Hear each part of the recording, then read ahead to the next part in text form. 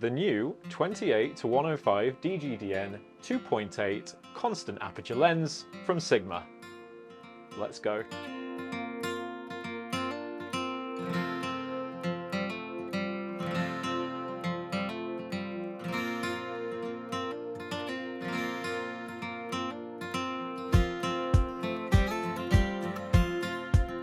So what does DGDN actually mean?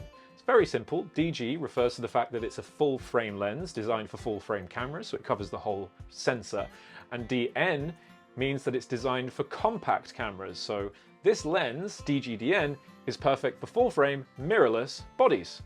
Easy enough. The main thing to take away about this lens is that it is unbelievably versatile. 28 to 105 is a very good focal range, but it also manages to retain unbelievably high quality and sharpness. The interior construction of this lens contains 18 elements in 13 groups. To put that into perspective, take any average consumer zoom lens, like an 18 to 55 for example. That's probably going to have about 12 elements in 9 groups, and many of them on the cheaper end are going to have problems like distortion. But this lens has aspherical elements, which reduces pincushion and barrel distortion, and other things like special low dispersion and fluorite low dispersion, which we're getting very technical there, but all you need to know is that they improve color accuracy and reduce aberration.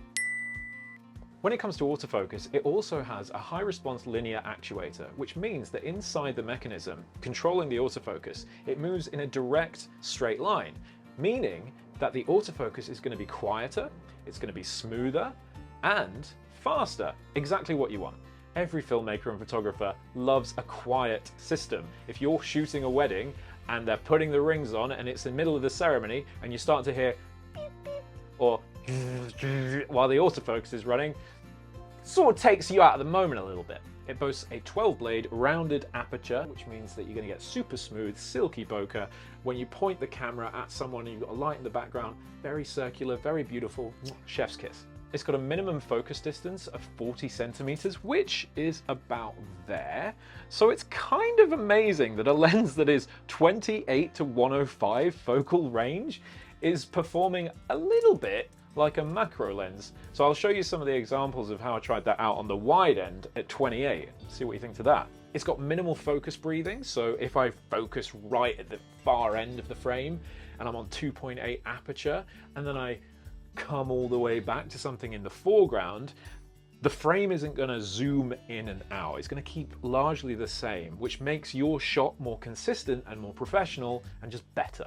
It's not weather sealed, but it is dust and splash resistant, which is great to see considering it did start raining today on me and the birds in the park. I'm not built for rain like the swans. It feels really solid. It's got good construction. It doesn't feel cheap and light and plasticky. It feels really nice. When it comes to some of the features on the lens itself, it's got an autofocus to manual focus switch. We love that. It's also got a lovely aperture ring, which I love to see, and a little switch here, which will switch it from clicky. So it'll click through each aperture and be more accurate, or smooth as the wind, whichever you prefer. You can also lock the aperture in place with a little switch here. It's also got a couple of AFL buttons here, which you can assign in the menu to a function, which makes your workflow a lot faster. It has a nice zoom lock, which prevents unwanted zoom extension.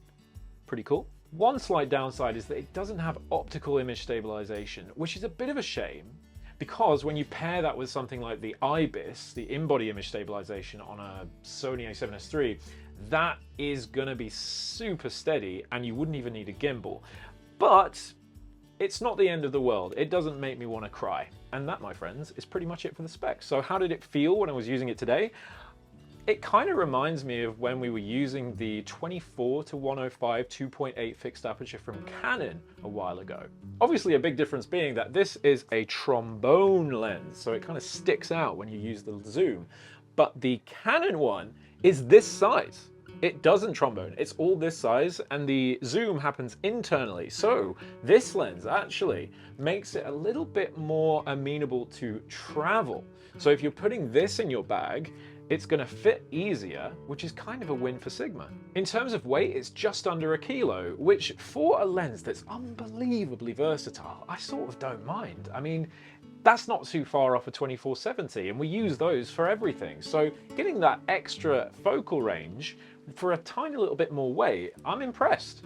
The only thing I would say is that when it's out all the way at 105, and to be fair, you're going to be using it at 105 a lot because that's a really great range, it's a little bit front heavy. So if you're putting it on a gimbal, good luck. I mean, you can, but it might struggle a little bit if you've got a smaller lightweight gimbal. But I do think it'll look very cool on a bigger body like an FX6. So who's the lens for? Well, probably people like me, you know, run and gun shooters who need to get a lot done in a very short space of time because it's unbelievably versatile. Wedding photographer and videographer springs to mind because, you know, put it at the wide end, you get those almost macro shots of details like the rings or whatever on the day. And at the far end, you can stay far enough away from the subjects that you're not getting on their toes and annoying everybody at the ceremony. I even did manage to get some really nice wildlife stuff today at the 105 end and get some really nice detail of swans and geese and ducks and all that sort of thing. And that's a good focal range. 28 to 105 is lovely. The lens is available in E-mount and L-mount. It's $1399. You can buy it online or in our stores. That's it from me. Make sure to subscribe to this channel and I will see you on the next one. Cheers.